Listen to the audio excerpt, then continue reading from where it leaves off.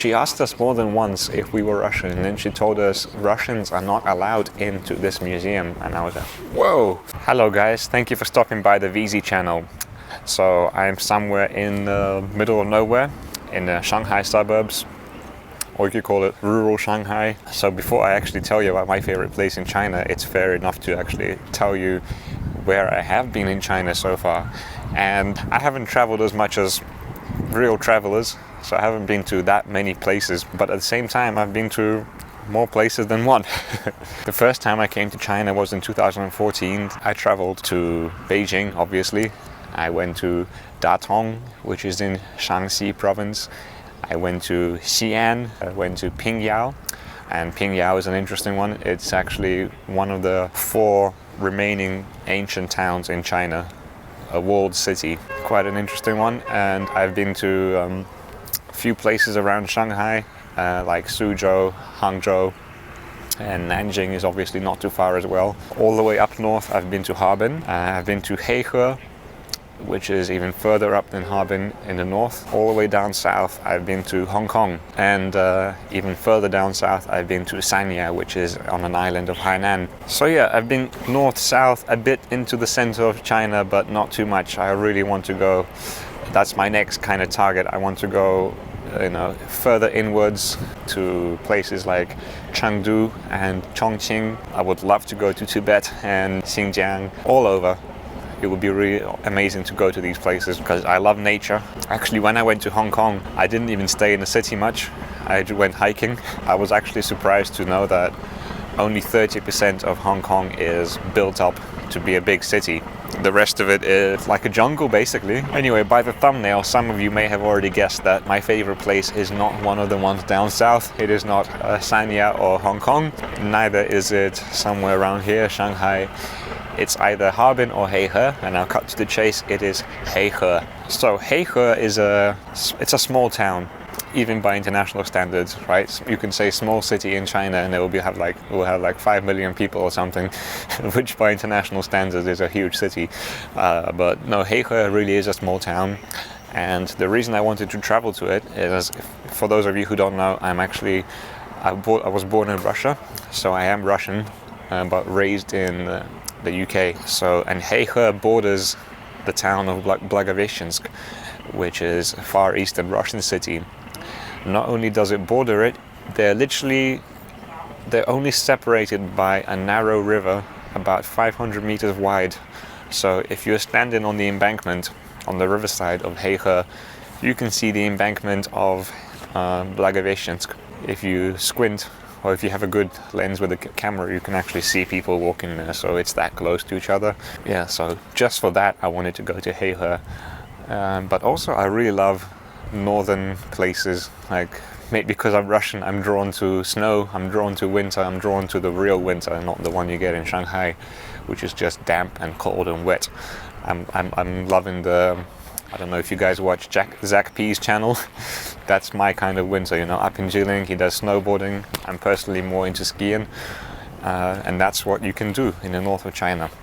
You get that frosty smell, you get central heating in your flat, which is awesome. So if you're having a nice freezing walk outside, and then you can go into some restaurant and it will be nice and hot, you can warm up and have a hot meal.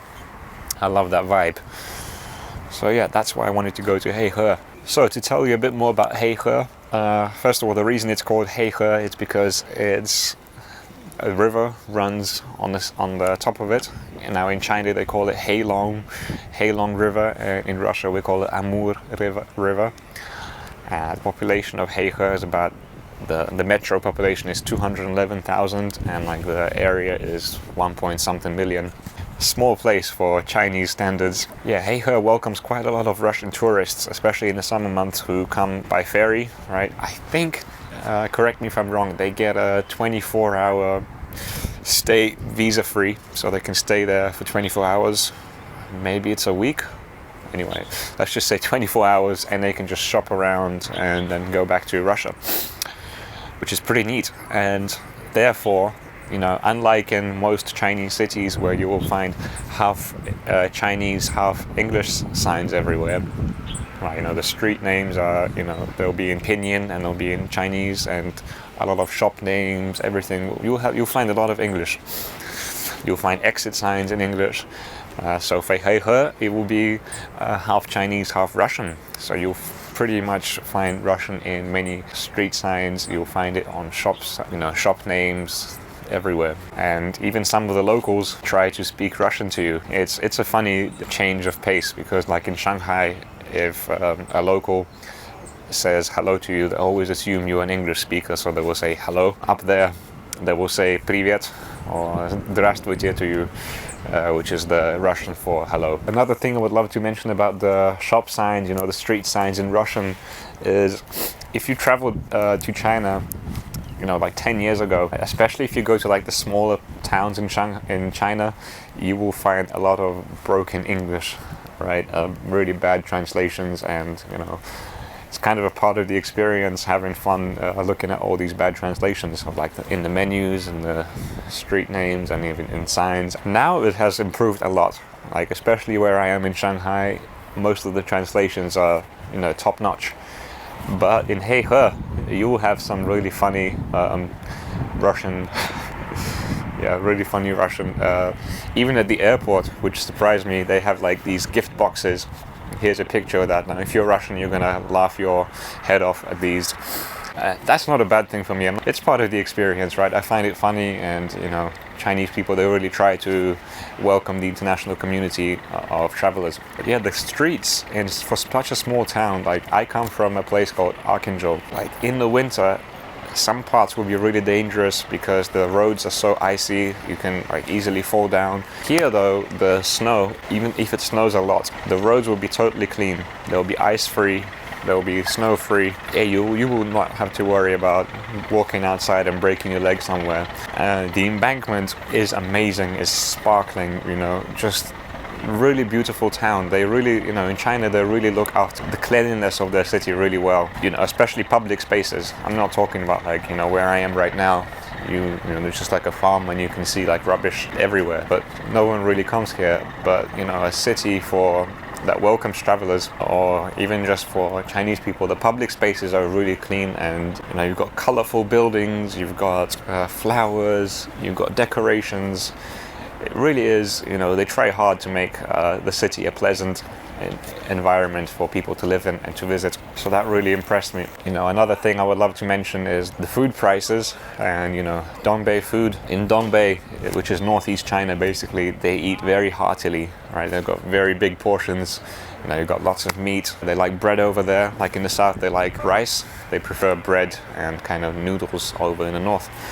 Yeah, so you have a lot of that. And we went to a restaurant with my mum. This was a trip with my mum, by the way, and I'm sure she's watching it. She will have fun memories of this trip too. Yeah, we had a big meal in the restaurant. But it was less than 100 kwai. For what we had, that is a really good deal. Like, if what we had in Shanghai, it would cost you like 300, maybe even 400 yuan. I'm not joking. So it's less than a quarter of the price, which is really amazing. Yeah, we had a few beers as well. Now, the time we went to there, I imagine has a completely different vibe to if you would have went there in summer. In the summer, it's packed with tourists, Russian tourists especially. Yeah, pretty much just Russian tourists, and you will see like massage places. I'm not sure if they're dodgy or not. You'll see, you know, traditional medicine shops, all kind of clothes shops. You know, really a lot of shops intended for tourists to do some shopping and to enjoy all kinds of services. Now, we went there in the Spring Festival holidays. It was absolutely dead. Not totally dead. I mean, if you go to the center of Heihe, we saw like grannies dancing, you know, Ais doing their dancing with grandpas, which is pretty cool. Like, the cold doesn't keep them down. I wish I took videos of that. It's really nice to see. But yeah, all in all, like a lot of shops were closed, pretty much no one walking outside in the normal parts of town. And we were looking for a museum. We were just looking for something to do. I think we only had two days to stay there, so we were looking for something to do. And my mom said she found the Heihe Museum online. We should visit this museum. And at first I was kind of hesitant, but then I was like, there really is nothing much to do. We've seen the embankment. We walked around pretty much the whole city because it's a small city. You can can walk it, in a day. So I said, okay, let's look for this museum. And we couldn't find it. It's called the Heihe Museum, so you would assume it was somewhere in Heihe. So we finally found one shop that was open, and it was the tourist information center. And I spoke to this nice young lady. I said to her, where's the Boguguan? Where's the museum? And then she looked at us and she was like, where are you guys from? Are you Russian? She asked us more than once if we were Russian, and then she told us Russians are not allowed into this museum. And I was like, whoa, that's crazy. Wouldn't imagine that kind of stuff in 2019, that a certain nationality wouldn't be allowed into a museum. But there we go, that's China. And in fact, you can't even buy tickets to go to that place. I don't know how it is now, but 2 years ago, you can't even buy tickets to that place if you don't have a Chinese national ID. So foreigners can't even buy tickets themselves. They have to depend on, their tour guide, or in our case, it was a taxi driver. Anyway, I assured the lady, don't worry, we're not Russian. We have UK passports, so we're British. And then she called a taxi for us. And then we were really surprised how far out of town this museum was. It's actually in it's in an old settlement called Heihe. So Heihe doesn't really exist anymore, but it used to be a settlement, and it's got historical significance to the region. So we turn up at this museum, the taxi driver buys tickets for us, and we obviously pay him money. And I don't have any photos from inside the museum. I really wish I did. I don't remember if I didn't take them out of respect, or because we're not allowed, or what. But you can look it up online what the contents are. But basically it's about the terrible history between Russia in the 19th century and China in the 19th century. And Russia basically stole a lot of land from China. In the Far East, it was during the time of, the peak of Russian Empire's expansion into the Far East region. So they took settlements. Actually, Russians were the ones who built Heihe, and they're the ones who built Harbin city as well. But it was in Chinese territory, and they invaded their land basically. And to me, it was all kind of new. Obviously, I knew about the Russian expansion into the east, but I had no idea what it took to take all that land. Their army was in complete shackles, so they couldn't really fight off the Russians. And at one point, they did a deal with each other, right? They signed a treaty saying, this is where our army is going to stop, and we're not going to go any further. And unfortunately, the Russians did not stand by their word. I don't know how long it took them to break their treaty, but they broke it, and then they went further in. That was all new to me, but at the same time, I don't know why you would ban Russians from... of course, I'm sure Russians have gone inside. There's always a way to get in. But why officially they're not allowed to come in? Are you... What's the worry here? You're going to offend them with some truth, with some history? I don't think so. I'm Russian, and I didn't get offended. It was just interesting to learn something new, and it was a bit sad, but I'm glad I went there. Nevertheless, one of the other interesting developments in recent history between Russia and China, obviously we all know that the relationship between Russia and China since that time has improved massively. At the very least, they're very good economical allies. They do a lot of business with each other. And at that time when I was there, a bridge was being built between Blagoveshchensk and Heihe. And I think at this point it's already finished. The bridge has already been done. And I have not heard much news about that region, to be honest, but I hope it's being used.